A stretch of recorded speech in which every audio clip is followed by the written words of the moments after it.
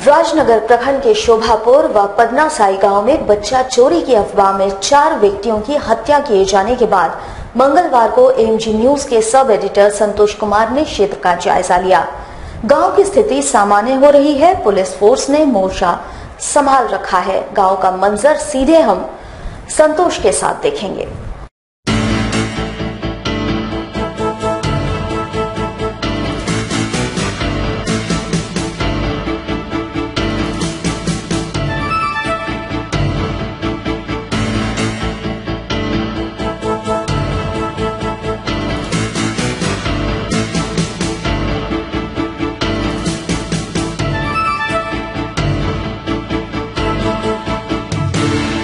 अफवाह की आग ने शोभापुर व पदनासाई को झकझोर कर रख दिया है।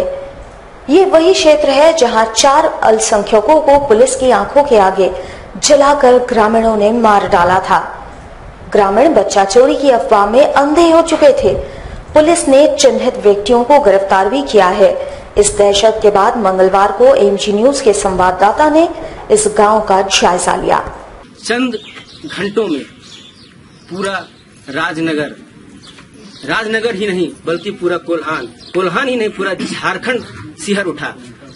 वो भी क्यों? सरायकेला जिले के राजनगर थाना अंतर्गत शोभापुर गांव है। ये वही गांव है जहां एक ही रात में 4 निर्दोष लोगों की हत्या कर दी जाती है, वह भी महज एक अफवाह में। अफवाह की चिंगारी कुछ इस कदर भड़की कि उस चिंगारी ने पूरे कोल्हान को झकझोर कर रख दिया।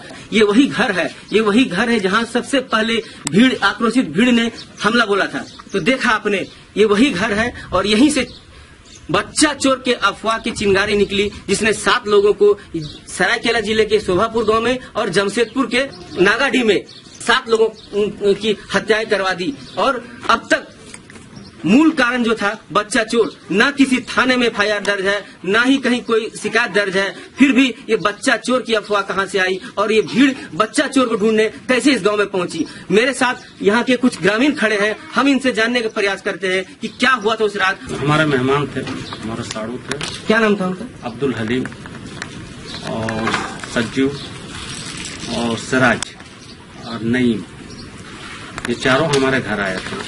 वो लोग टाटा के लिए निकले थे तो हमारे घर में स्टॉपेज किया सुबह 4 बजे। तो नमाज का टाइम था, इसलिए मैं नमाज पढ़ करके आया 4:30 बजे। मैं बोला चाय बनाओ, चाय पियेंगे। तो चाय पीने के लिए बैठे थे कि एक भीड़ आया डाणू की ओर से। तो उस भीड़ ने गाड़ी को देख करके चिल्लाने लगा, ये बच्चा चोर का गाड़ी है। तो मैंने आवाज सुन करके बाहर निकला। मैं बोला नहीं भाई, ये तो मेरा साड़ू का गाड़ी है ये, और ये हमारा मेहमान है, आप लोग इस तरह का क्यों हरकत कर रहे हैं? तो बोलता नहीं, और ये बच्चा चोर का गाड़ी है। हम बोले कौन बोला ये बच्चा चोर का गाड़ी है? हम बोला अगर ऐसा ही कोई बात है तो उसका विचार किया जाएगा।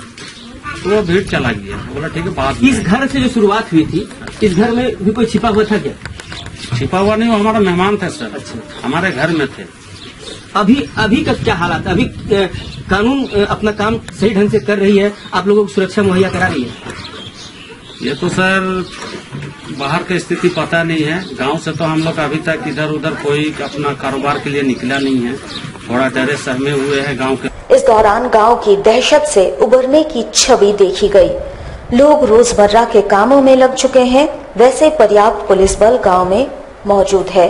हर आने जाने वालों की गतिविधियों पर पुलिस की पैनी नजर है। पुलिस प्रशासन ग्रामीणों से किसी भी तरह की अफवाह पर ध्यान नहीं देने की अपील कर रही है। पूरे गांव में मातमी सन्नाटा पसरा हुआ है, जैसा कि आप खुद देख सकते हैं। उस दिन गांव में हम लोग जब सुबह सो करके उठे, तो उठने के बाद देख रहे हैं काफी भीड़ समझ में नहीं आ रहा था। बाद में पता चला कि उन लोगों ने चिल्ला कर कह रहा था कि बच्चा चोर और ये गाड़ी बच्चा चोर है। तो वो लोगों को सब पहचान वाले लोग थे और चारों तरफ के लोग, हजारों की संख्या में लोग थे। इसी में बहुत देर तक चलते रहा। बहुत काफी तादाद में लोग आए और मानने को तैयार नहीं। को ऐसे ही बच्चा पकड़ने वाला का सिलसिले में हल्ला मचाने के बावजूद हम लोग इधर उधर दौड़े, फिर कुछ नहीं देखने मिला। फिर घटना हुआ, करीब इन लोगों आया, हम लोगों का मेहमान था। मेहमान रात को अंदर घुसा तो पूरा मोहल्ला का आदमी चारों तरफ घेर दिया। उसका बाद बोलने लगा जे बच्चा चोर है, बच्चा चोर है।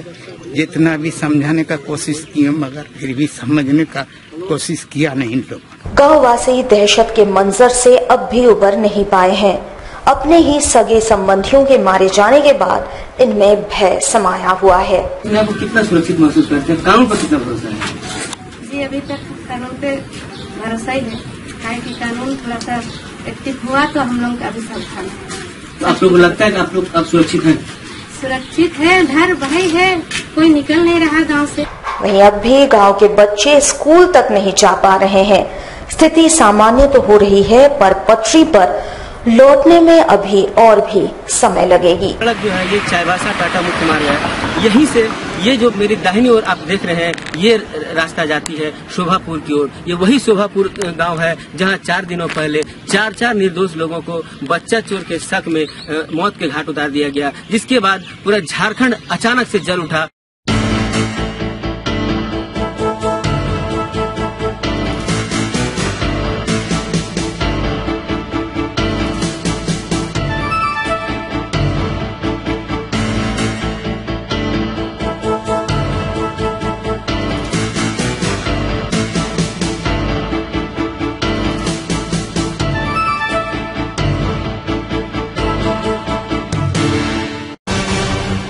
शनिवार को दहले मानगो की स्थिति मंगलवार के दिन कुछ और हद तक सामान्य दिखी।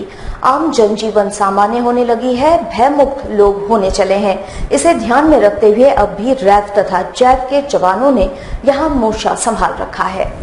शनिवार का खौफनाक मंजर अभी भी इनके जहन में ताजा है। अफवाह की लपटों में जली शहर की स्थिति धीरे धीरे सामान्य हो रही है। आज यानी मंगलवार की स्थिति से आपको हम रूबरू करा रहे हैं। जनजीवन को पटरी पर लाने के लिए रैफ तथा जैप के जवानों ने मोर्चा संभाल रखा है।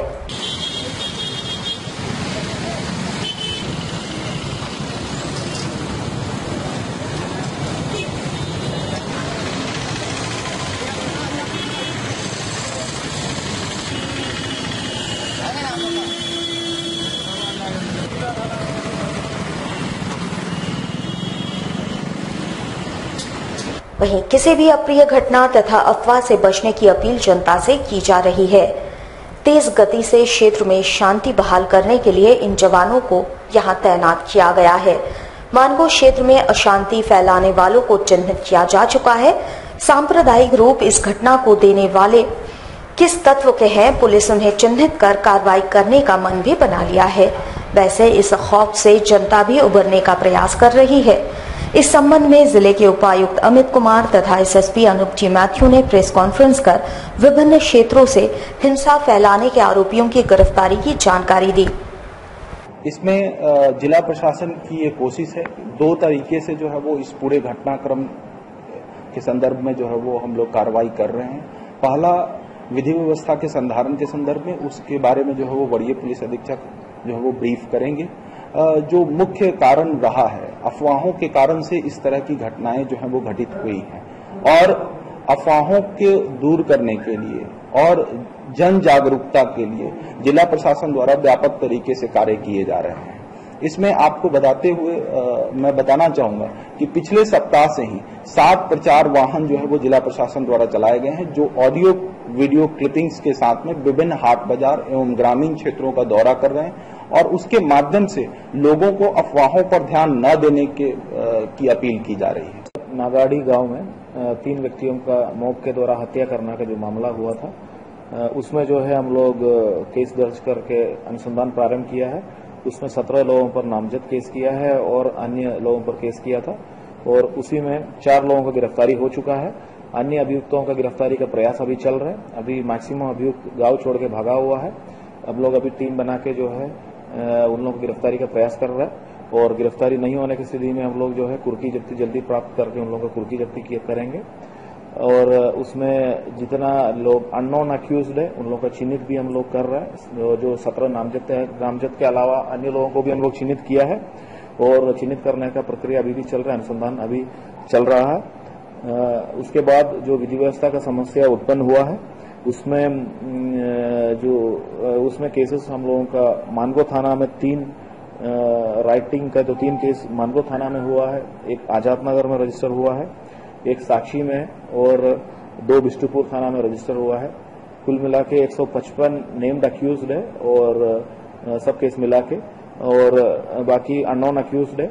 उसमें जितना लोग मॉब में के रूप में आके जो है उपद्रव मचाया है, पुलिस पार्टी पर जो है अटैक करने का कोशिश किया, अटैक किया है और जो माहौल बिगाड़ने का प्रयास किया है, उन लोगों को चिन्हित कर रहा है। 155 के अलावा बाकी हम लोगों के पास सीसीटीवी फुटेजेस वगैरह है, हमारा कंट्रोल रूम में जो है सबका फुटेजेस मिला है और अन्य माध्यम से भी हम लोगों को जो है विजुअल्स मिल रहा है। उसी से हम लोग और पहचान कर रहे हैं और जितना लोग इसमें इन्वॉल्व है सब लोगों की गिरफ्तारी का भी हम लोग प्रयास कर रहे हैं। एमजीएम मेडिकल कॉलेज के प्रोफेसरों द्वारा अब कोल्हान के वैसे इलाकों में बीमारियों का पता लगाया जाएगा जहां जल्दी बीमारियां पकड़ में नहीं आती है। इसके लिए केंद्र सरकार के निर्देश के बाद मेडिकल रिसर्च यूनिट का भी गठन कर लिया गया है। आपको बता दें कि वर्ष 2014 में केंद्र सरकार ने मेडिकल रिसर्च यूनिट की शुरुआत हर जिले के लिए की थी और कोल्हान के सबसे बड़े सरकारी अस्पताल व मेडिकल कॉलेज एमजीएम भी इसमें शामिल है। ये टीम पूरे कोल्हान के ग्रामीण क्षेत्रों का दौरा करेगी और बीमारियों पर रिसर्च करेगी।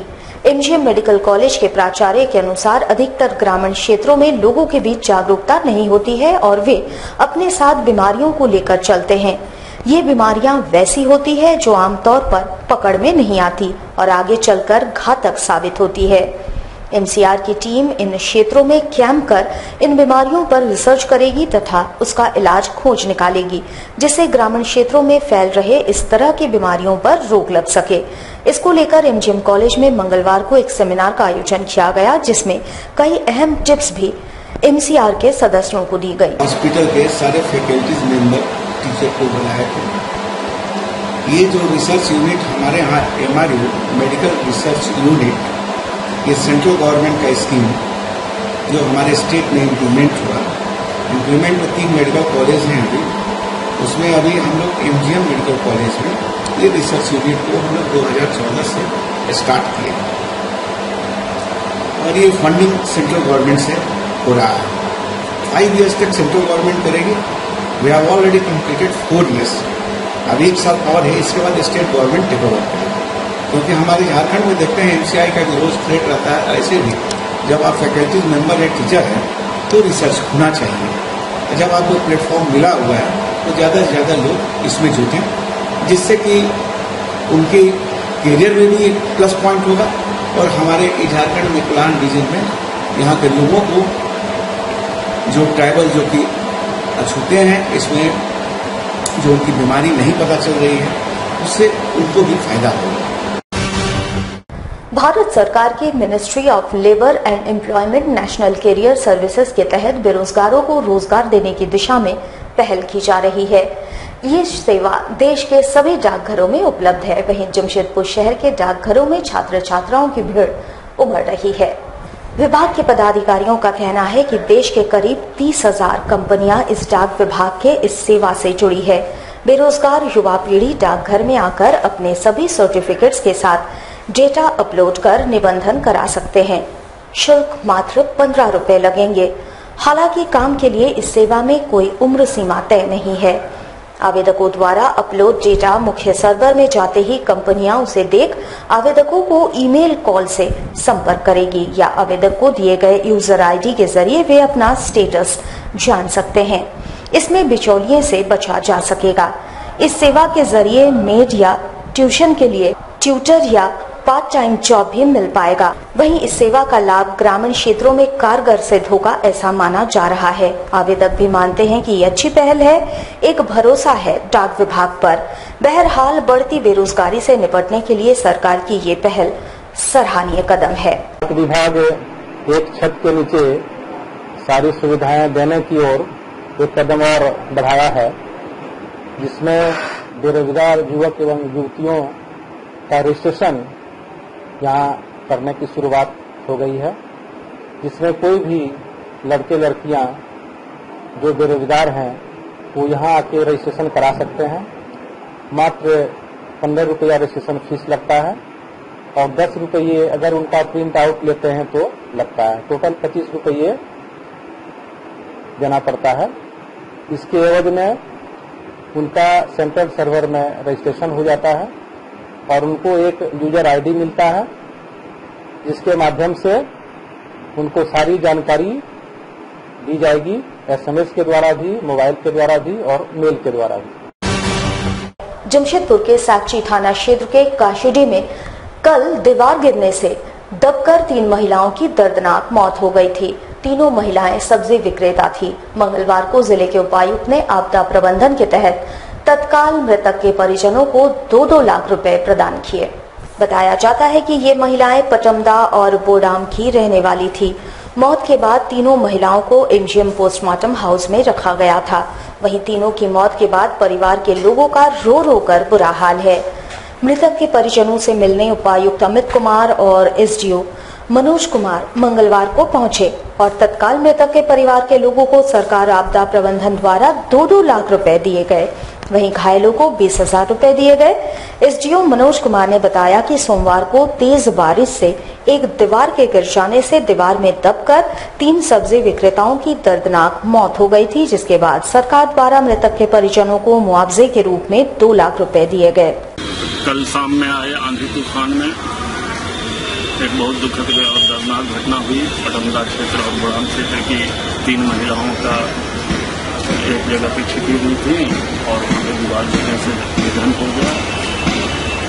कहाँ की थी तीनों महिलाएं? पटमदा क्षेत्र प्रखंड एवं बोडाम प्रखंड के। पटमदा प्रखंड की 2 महिला थी, बोडाम प्रखंड की 1 महिला थी। मुआवजा भी कुछ सरकार के द्वारा आपदा प्रबंधन के तहत जो भी उचित मुआवजा है वो हम लोग देने के लिए रिकॉर्ड वगैरह से कार्रवाई तैयार कर रहे हैं। तत्काल राहत के रूप में कुछ राशि मृतक के परिवार को दिया जा रहा है। विगत 11 मई को बर्मा माइन सिंघाड़ा मैदान में AK इंडस्ट्रीज कंपनी के सुशील हरपाल से किए गए रुपए लूट कांड के मामले में पुलिस ने 3 अपराधियों को लूटे गए रुपए तथा देशी पिस्तौल के साथ गिरफ्तार कर लिया है। AK इंडस्ट्रीज कंपनी के सुशील हरपाल तथा उनके सहयोगी 11 मई को स्टाफ पेमेंट के लिए बैग में रुपए लेकर तार कंपनी के लिए निकले थे। तभी दोपहर के वक्त बर्मा माइन सिंघाड़ा चौक के पास अपराधियों ने बंदूक की नोक पर इनसे रुपए छीन लिए थे।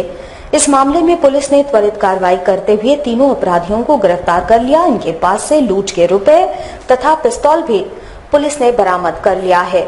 गिरफ्तार आरोपियों में मंजित सिंह, समीर दास, सोनू ढिबर शामिल है। पत्रकार वार्ता कर सिटी DSP अनिमेश नैथानी ने पूरी जानकारी दी। दिनांक 11/5/17 को बर्मा माइंस में एक लूट हुई थी, जिसमें कि वादी सुशील हरपाल अपने एक सहयोगी के साथ में आदित्यपुर से पैसा लेकर चले थे, करीब 2,26,000 रुपया। ISW में उनको लेबर का पेमेंट करना था। आदित्यपुर से निकलने के बाद में बर्मा माइंस आने के क्रम में पोस्ट ऑफिस के पास 2 अज्ञात मोटरसाइकिल सवार ने उनके कनपट्टी पे पिस्तौल सटाया, उनकी गाड़ी रोककर उनसे पैसा छीन लिए तथा जो भी डॉक्यूमेंट्स थे वो भी छीन लिए थे। और इसी मामले में बर्मा माइंस थाने में आर्म्स एक्ट के तहत कांड दर्ज किया गया था, लूट का कांड दर्ज किया गया था। और उसी मामले में बर्मा माइंस पुलिस को, जमशेदपुर पुलिस को सफलता मिली है, जिसमें एक टीम का गठन किया गया था तथा हम लोगों ने 3 आदमियों को अभी पुलिस में गिरफ्तार किया है। जिस प्रकार से ये घटना हुई थी उसमें सोनू ढिबर नाम का एक व्यक्ति का नाम आ रहा था, जो कि सोनारी का रहने वाला है। वो वहां पे सुपरवाइजरी का काम करता था। उसी ने ये सूचना दी थी, इन्फॉर्मेंट था कि पैसा लेने के लिए पहले 10 तारीख की डेट निर्धारित हुई थी, परंतु छुट्टी होने की वजह से 11 तारीख को रीशेड्यूल हुआ पेमेंट करना। सोनू डिबर ने अपने बाकी दोनों साथियों को सूचना दी कि 11 तारीख को वो पैसा लेकर आने वाला है, क्योंकि उन्होंने ISWP कंपनी में गेट पास बनवा लिया है मॉर्निंग में। और इसके 2 साथी मंजीत सिंह जो कि टेल्को के रहने वाले हैं तथा समीर दास जो कि जादूगोड़ा के रहने वाला है, जिसमें समीर दास पहले भी अपने भाई के साथ मर्डर केस में जादूगोड़ा जेल में रह चुका है। वो अभी जादूगोड़ा मर्डर केस में बाहर आया हुआ था। इन दोनों के साथ मिलके इन्होंने तीनों ने मिलकर प्लान बनाया। टाटा मेन हॉस्पिटल की चिकित्सा सुविधा को और बेहतर बनाने के लिए प्रबंधन की ओर से प्रयास जारी है। शहर वासियों को बेहतर से बेहतर फैकल्टीज, आधुनिक मेडिकल ट्रीटमेंट देने के लिए सुपर स्पेशलिटी सर्विसेज की ओर TMH अग्रसर है। बात चाहे डायग्नोसिस की हो या अत्याधुनिक शल्य चिकित्सा की या अन्य सुविधाएं मरीजों को मुहैया कराए जाने की, हर कदम पर टाटा मेन हॉस्पिटल अपने आप को अपग्रेड करने की तैयारी में लगा हुआ है। वैसे TMH प्राइम को शहर वासियों के लिए खोल दिया गया है। इसके 1 माह भी गुजर गए हैं और अच्छा रिस्पांस यहां मिल रहा है। हॉस्पिटल के जीएम के अनुसार टीएमएच को सुपर स्पेशलिटी सर्विसेज की ओर अग्रसर किया जा रहा है। इसके तहत विशेषज्ञ डॉक्टरों को टीएमएच से जोड़ा जाना है। देखिए, टीएमएच प्राइम 1 महीना और 8-10 दिन हुआ है, अच्छा चल रहा है, सुविधा सबको अच्छा मिल रहा है, डॉक्टरों से ऑपरेशन का, डायग्नोसिस का। अभी हमारा सबसे पहला काम है कि जो फैसिलिटीज टीएमएच प्राइम में दे रहे हैं उसको और कैसे कंसोलिडेट किया जाए, जिससे कि वो मजबूती से सभी मरीजों का इसमें फायदा। फिर आगे चल के और इम्प्रूवमेंट्स सुपर स्पेशलिटीज का, जैसे हमारा आपको पहले भी बताया है, उसको आगे मजबूत करने का है, कुछ अच्छे स्पेशलिस्ट और जोड़ने का है टीएमएच में, जिससे फिर शहर में मेडिकल सुविधा बढ़ती जाए।